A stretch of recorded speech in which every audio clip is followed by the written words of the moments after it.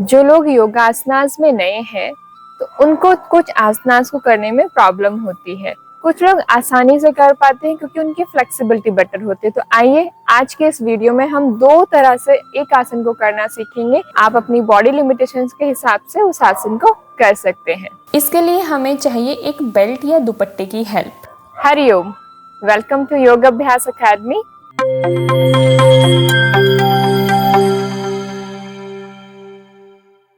अपने लिमिटेशंस के हिसाब से आप हर एक आसन को आराम से कीजिए। सबसे पहले स्टार्ट करते हैं हम जानु शीर्षासन से। एक लेग फोल्ड रहेगी और दूसरी लेग को स्ट्रेट करते हुए हमें आगे झुकना है, यहाँ पर पैर पकड़कर। अब इस आसना को मेंटेन करने में हर किसी के लिए पॉसिबिलिटी नहीं होगी, या तो नी बेंड हो जाएगा या बैक बेंड हो जाएगी। तो उस स्थिति में हम क्या कर सकते हैं, हम लेंगे बेल्ट या दुपट्टे की हेल्प। बेल्ट को डालेंगे अपने आर्च ऑफ द फुट में और दोनों हाथों की हेल्प से बेल्ट को पकड़ेंगे और कमर को सीधी रखते हुए मेंटेन करेंगे। इस आसन को आपने 30 सेकेंड मेंटेन करना है, फिर रिपीट करना है विद द अनदर लेग। पश्चिम उत्तान आसन। सांस भरे, दोनों लेग सीधे और सांस छोड़ते हुए आपने अपने पैरों को पकड़ना है आगे झुकते हुए। इसमें भी यही प्रॉब्लम आती है कि जब हम इसको करते हैं तो या तो हमारे नीज उठ जाते हैं, पैर नहीं पकड़ पाते हैं, और अगर ये कर भी लिया तो बैक में हंच आ जाता है। तो इसको अवॉइड करने के लिए हम यहाँ पे भी अपनी एक बेल्ट का यूज़ करेंगे। दोनों पैरों में बेल्ट को डालेंगे और बेल्ट को अपनी तरफ लाते हुए दोनों हाथों से अच्छे से बेल्ट को पकड़ेंगे और अपनी कमर को सीधी रखते हुए आपने हल्का सा झुकना है, जितना आपको कंफर्टेबल हो। यहाँ जितनी स्ट्रेचिंग आप महसूस कर पा रहे हैं, फील कर पा रहे हैं, उसको मेंटेन कीजिए। यहाँ पे इसको बनाए रखिए आसन को 30 सेकेंड तक। 1 मिनट भी रुक सकते हैं अपने कंफर्ट के हिसाब से।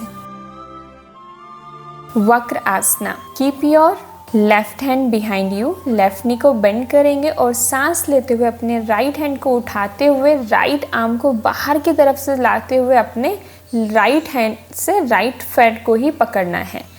अब ये हो गया एडवांस लेवल का। अगर ये नहीं हो पाता है तो कैसे करना है, हाथ बिल्कुल वैसे ही रहेगा, नी बेंड रहेगा। अब जो आपका राइट हैंड था उससे आपने अपने लेफ्ट नी को अपनी तरफ हग करना है, जैसे किसी को आप गले लगाते हैं ना, बिल्कुल उस तरह से हग करना है। तो इससे आपको आपके हिप पर प्रॉपर स्ट्रेच मिलेगा, यानी कि जो आसन उस आसन से बेनिफिट हो रहा था वहाँ पे भी उसी से बेनिफिट होगा, धीरे धीरे इम्प्रूव हो जाएगा। आपने इसको मेंटेन करना है 30 सेकंड तक। ध्यान रखें कि आपने अपनी कमर को बेंड नहीं करना है, कमर सीधी रहेगी। अब बात कर लेते हैं बद्धकोण आसन की। देखने में तो ये बहुत सरल सा आसन है। बद्धकोण आसन में एक्चुअल हमारे हील्स और पेल्विक को मिलाकर तब किया जाता है, दोनों को साथ में मिला हुआ होना चाहिए, तब आपने फ्लैपिंग करनी है। ये हमारा प्रॉपर आसन है।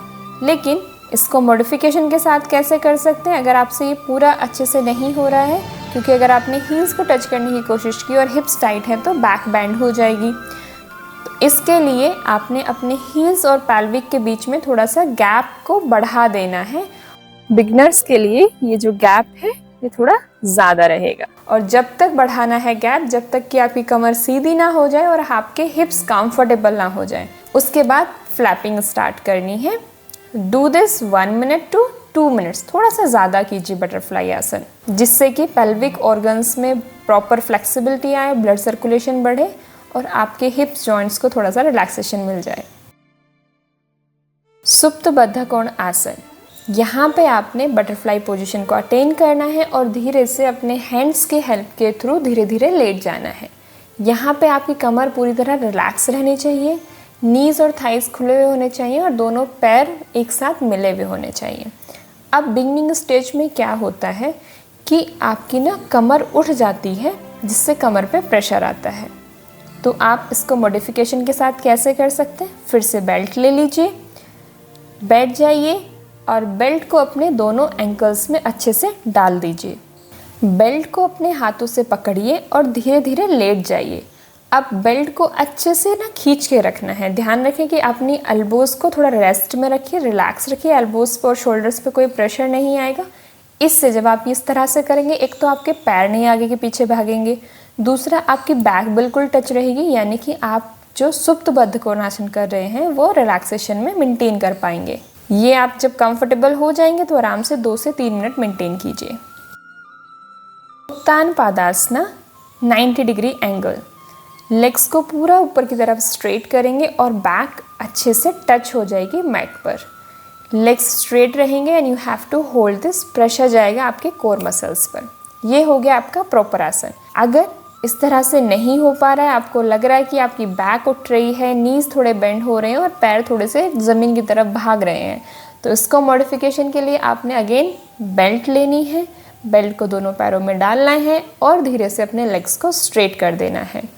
जब आपके लेग्स स्ट्रेट हो जाएंगे तो अब आपने अपनी कमर को भी अच्छे से टच करना है and then you have to maintain Uttana padasana with the help of belt. Maintain this asana 30 second to 60 second. अधोमुख श्वान आसन। अपने हाथों और पैरों के बल आएंगे और धीरे से अपने हिप्स को ऊपर की तरफ उठाते हुए हेड को नीचे ड्रॉप करना है एंड आपने अपने उंगलियों, पैरों की उंगलियों की तरफ देखना है। ये हुआ हमारा अधोमुख श्वान आसन, जिसमें हमारी कमर पूरी तरह सीधी है, हाथ सीधे हैं और हमारे लेग्स भी पूरी तरह से सीधे हैं और हील्स टच हैं। अब इस आसन को मॉडिफिकेशन के साथ कैसे कर सकते हैं? अगर आपके हील्स टच नहीं हो रहे हैं तो क्या करा जाए? उसके लिए आपने अपने दोनों नीज को हल्का सा बेंड कर लेना है या थोड़ा ज़्यादा भी बेंड कर सकते हैं। यहाँ पे जब आप अधोमुख में आ रहे हैं तो हाथ सीधे रखिए, कमर को सीधी रखने की कोशिश कीजिए, हिप्स को जितना ऊंचा रख सकते हैं अच्छे से ऊपर की तरफ पुश कीजिए और अपने दोनों नीज को बेंड कीजिए and then try to touch your heels. ये हो गया आपका मॉडिफिकेशन ऑफ अधोमुख श्वान आसन। होल्ड दिस आसन again 30 second to 45 seconds.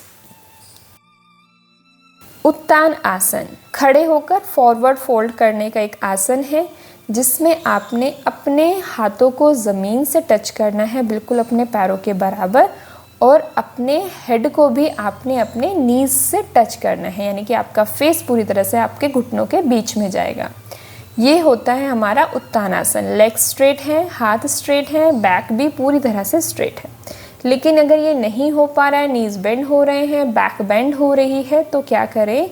Belt को अपने दोनों पैरों के नीचे रखें, बेल्ट को दोनों हाथों से पकड़ना है, कमर को सीधी मेंटेन करना है। ठीक है, सामने देखिए, पैरों को सीधा कीजिए और मेंटेन कीजिए आप Uttanasana with the help of belt, क्योंकि बैक बेंड हो तो उत्तानासन बिल्कुल भी नहीं है। जब आप कंफर्टेबल हो जाएं इस आसन में तो again hold at least 45 second to 60 second. तो इस वीडियो के माध्यम से हमने सीखा कि बिगनिंग वाले आसनास आप कैसे कर सकते हैं और वही आसन को एडवांस लेवल पे कैसे कर सकते हैं। आई होप आपको ये पसंद आया होगा, आप इसका अभ्यास करेंगे। Thank you.